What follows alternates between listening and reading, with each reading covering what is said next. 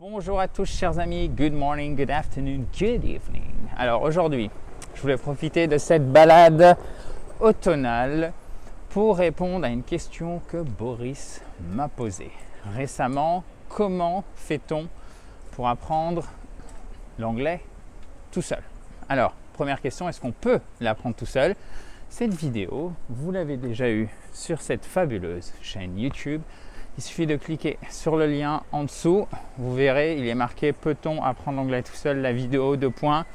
Et vous avez le lien. Alors la réponse est oui mais. C'est un oui mais rapidement.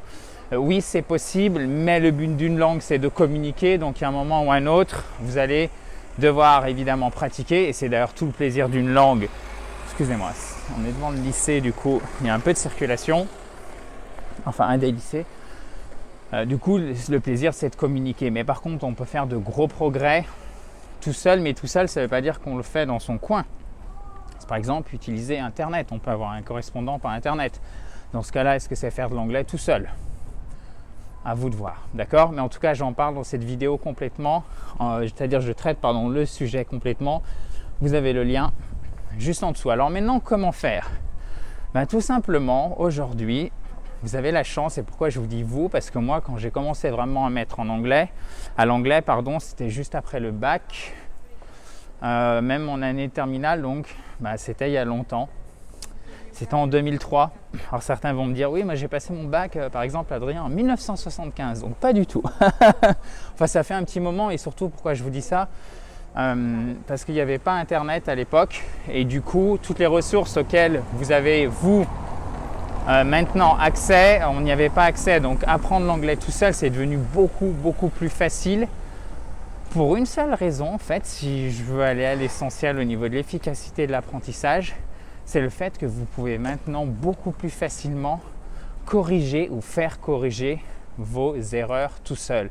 Et vous le savez en fait, faire l'exercice c'est bien, mais là où vous allez vraiment progresser, c'est lorsque vous allez comprendre vos erreurs, parce qu'on est dans l'apprentissage dynamique, on n'est pas dans le passif, c'est-à-dire je reçois, ok, donc j'écoute, je reçois de l'information, j'écoute, et à un moment donné, sur un très court laps de temps, on va me demander de restituer ça sur du papier, typiquement, même pour un cours de langue, et ça va montrer que je maîtrise tel ou tel concept, telle ou telle notion, grammaire, vocabulaire, etc. Ça ne marche pas, ça ne marche plus, parce que nous, ce qu'on veut, c'est pouvoir bien parler anglais.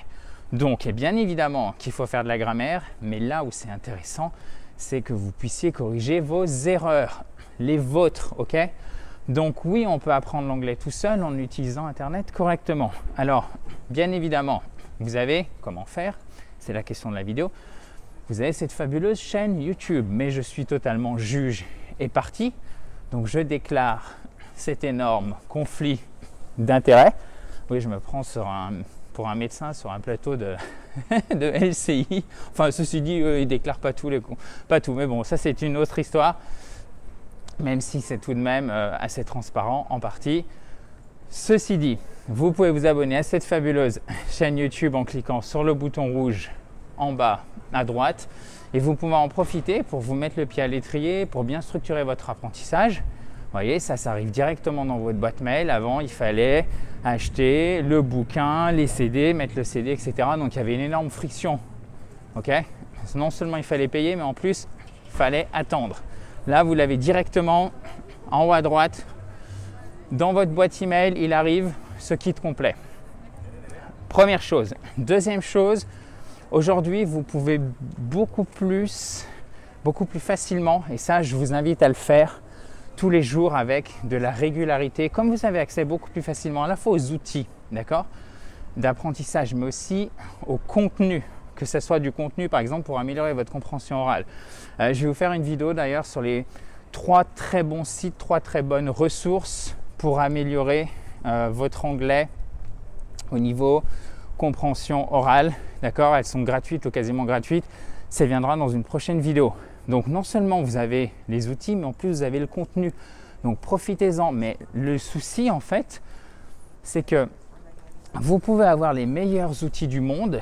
Si 1, vous ne savez pas vraiment comment vous en servir, et 2, Si vous ne faites pas l'effort vous-même d'avoir un minimum de discipline et de rigueur, et pour ça, ça doit être tout sauf une punition, d'accord? Donc il faut avoir un minimum de plaisir pour pouvoir en faire le plus souvent avec la bonne méthode, la bonne façon de faire. Donc il faut un équilibre dans votre apprentissage de l'anglais. Il faut faire de l'apprentissage classique, grammaire, mais toujours dans son contexte. Il faut utiliser la phonétique qui est assez aussi classique comme apprentissage, mais qui marche extrêmement bien pour bien comprendre la prononciation. Mais si vous ne vous entraînez pas, par exemple, en faisant moi j'aime bien le shadowing. Qu'est-ce que c'est le shadow?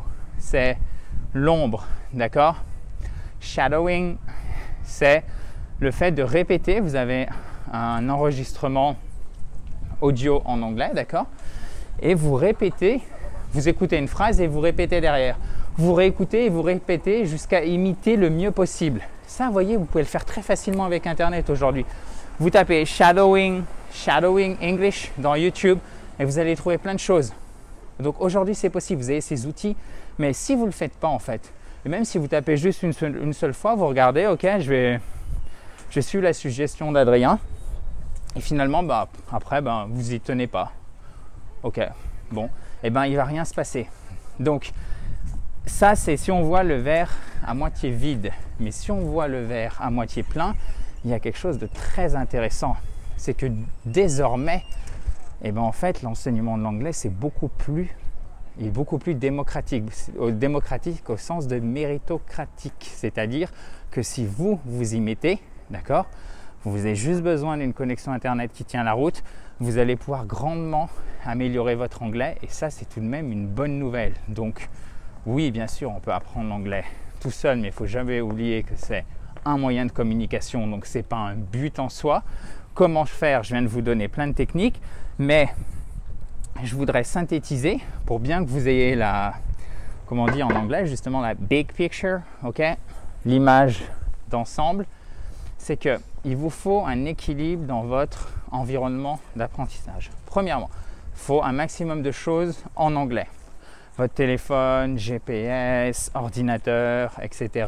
Regardez régulièrement du contenu en anglais. Il faut donc prendre du plaisir, parce que si vous ne prenez pas de plaisir, vous n'aurez pas de régularité.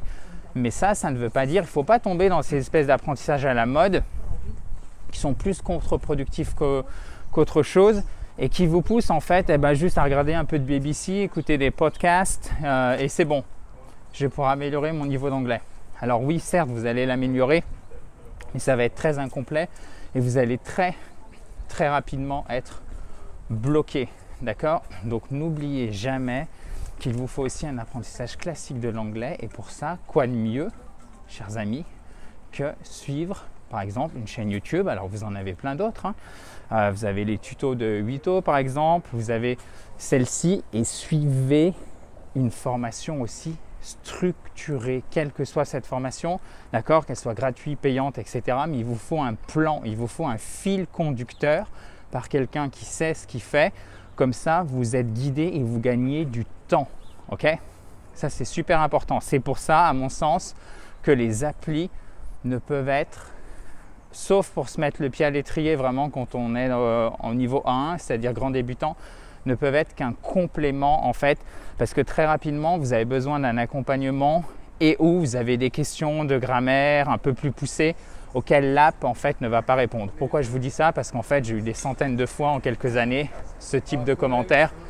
Donc, je sais que vous êtes pas mal dans ce cas. Et pour ceux qui voulaient utiliser uniquement des applications pour l'apprentissage de l'anglais, maintenant, vous savez à quoi vous en tenir. Ou en tout cas, bien évidemment, c'est mon avis et c'est seulement mon opinion, mais elle est quand même basée sur de l'expérience. Donc je pense que vous pouvez littéralement l'apprendre pour argent comptant. Voilà, si vous êtes d'accord, vous pouvez le dire juste en dessous. Si vous n'êtes pas d'accord, même chose. Le but du jeu, de toute façon, c'est d'apporter un maximum à la communauté. Donc n'hésitez pas. Et si vous ne l'avez pas fait, vous pouvez donc vous abonner à cette fabuleuse chaîne YouTube en cliquant sur le bouton rouge en bas à droite. Have a nice day, guys, and well, talk to you tomorrow. On va retrouver un cours plus classique demain. Bye bye!